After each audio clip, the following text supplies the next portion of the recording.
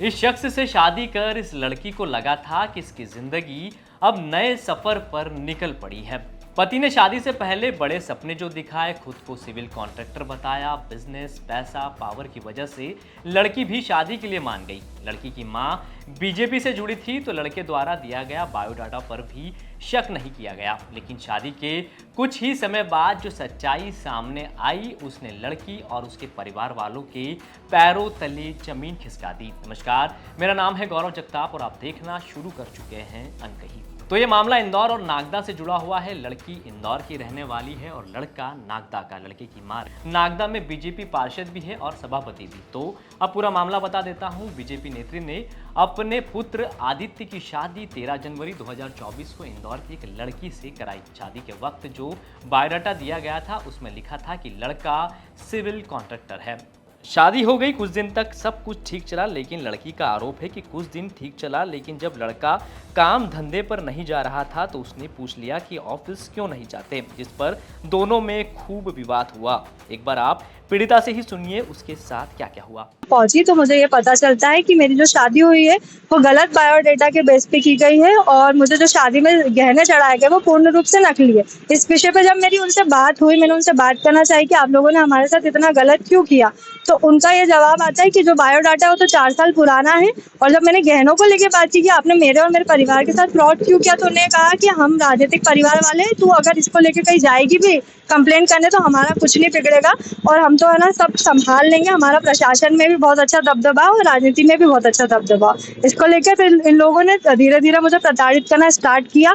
उसके बाद लगातार मुझे 10 लाख रुपए की डिमांड मुझसे करने लग गए किसी बब्बू राठी को देने के लिए, जिसमें ये कहा गया कि किसी बब्बू राठी को हमें 10 लाख रुपए देने हैं, जिसमें टैंकर को लेकर इनकी बात थी, वो तेरे माता पिता से लेके आ तो हम इसका काम धंधा डलवा देंगे। जब इस चीज का मैंने विरोध किया, इसके बाद से इनने मेरे साथ मारपीट करना, गाली गलौज देना और घर से निकालना शुरू कर दिया। ये सब चलता रहा। इन लोगों ने मेरे साथ 10 लाख की डिमांड लगातार की, जिसके चलते ये लोग मुझे 8 जनवरी के दिन इंदौर छोड़ने के लिए निकले, जिस दिन इन्होंने मुझे पूरे दिन भूखा रखा और आते हुए रास्ते में पूरे टाइम मुझे भूखा रखा था और मारपीट की मेरे साथ और गाली गलौज की और चलती गाड़ी से धक्का देने की भी कोशिश की। ये सब होने के बाद ये लोग मुझे मेरे मायके छोड़ गए और यहाँ पर भी मेरे माता पिता के साथ गाली गलौज की और चले गए मुझे छोड़ के। जिसके बाद हम लगातार, मेरा परिवार और हम लोग ये चाह रहे थे कि बैठ के बात हो जाए। हम लोगों ने बहुत कोशिश की कि इन लोगों से संपर्क करें और संपर्क करने की कोशिश की।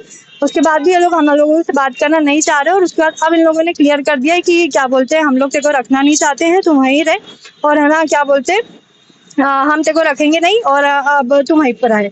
इसके बाद जब मैंने बात की, उसके बाद ये लोग मुझे सोनम के नाम से भी लगातार प्रताड़ित कर रहे हैं कि इस केस को, जो मेरा केस है उसको सोनम से रिलेट कर रहे हैं और मेरे परिवार पे और मुझ पर कई गंभीर आरोप भी लगा रहे हैं एफआईआर के बाद। उसके बाद मेरी एफआईआर भी इनके प्रशासनिक दबाव और राजनीतिक दबाव के कारण नहीं हो पा रही थी। उसके बाद इन लोगों ने, जब मेरी थाने में काउंसलिंग हुई, मेरी बहुत मुश्किल से एफआईआर दर्ज हो रही थी। उसके बाद जब काउंसलिंग के लिए इन लोगों को बुलाया गया तो इन लोगों ने काउंसलिंग में मेरे जो पति द्वारा और मेरे परिवार द्वारा ये कहा गया कि हमारी जो एक बुआ है, जो लॉयर है, वो ये सब केस संभाल लेगी, तुम्हारा कुछ ना तो यहाँ पे एफआईआर होगी और ना ही कुछ तुम्हारा कुछ होगा, ना तुम्हारी प्रशासन मदद करे। काउंसलिंग वाले दिन भी इन्होंने मुझे बुआ की धमकी दी और मुझे नाम हटाने के लिए भी प्रेशराइज किया गया है। शुरू से ही मुझे मानसिक रूप से प्रताड़ित कर रहे हैं, जिसके बाद अब मैंने कानून की सहायता ली है।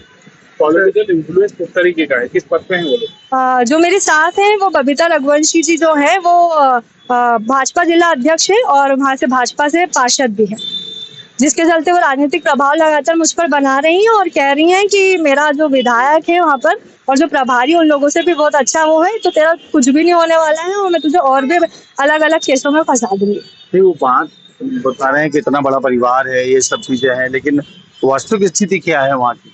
वहाँ पर ऐसा कुछ भी नहीं है। वहाँ पे ना तो मेरा पति ना तो कोई जॉब करता है, ना उनका कोई बिजनेस है। बस राजनीति के नाम पे लोगों से पैसा लेते रहते, लोगों को बहुत ब्लैकमेल करते हैं। वहाँ पर भी उनकी जो छवि है वो कोई अच्छी नहीं है।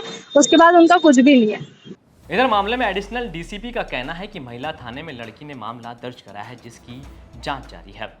महिला थाने में फरियादी के द्वारा शिकायत की गई। उसकी ये इंदौर की रहने वाली है और उसका जो ससुराल है वो नागदा में है और उसके द्वारा ये बताया गया 1 साल पूर्व शादी हुई थी, लेकिन शादी के तुरंत बाद ही उसके सास ससुर, पति और जेठ जेठानी और ये सभी लोग दहेज के लिए उसको प्रताड़ित करने लगे। तो इस पर से महिला थाने में 498 2 दहेज की प्रताड़ना की धारा के तहत केस रजिस्टर किया गया है। इन्वेस्टिगेशन की जा रही है। फिलहाल पुलिस जांच की बात कह रही है, लेकिन सवाल यह है कि क्या ये वही समाज है जहां एक लड़की की ससुराल में इज्जत उसके गहनों और दहेज से आंकी जाती है। इस केस में हैरानी की बात यह है कि पीड़िता की सास खुद जनप्रतिनिधि है और उन्हीं के घर की चार दीवारी में अपनी बहू को प्रताड़ित करने का खेल चलता रहा। फिलहाल इस केस में जांच के बाद ही सब कुछ साफ हो पाएगा। क्राइम से जुड़ी तमाम खबरों के लिए आप देखते रहें एमपी तक। आप तक की खबर पहुंचाई इंदौर से धर्मेंद्र कुमार शर्मा ने।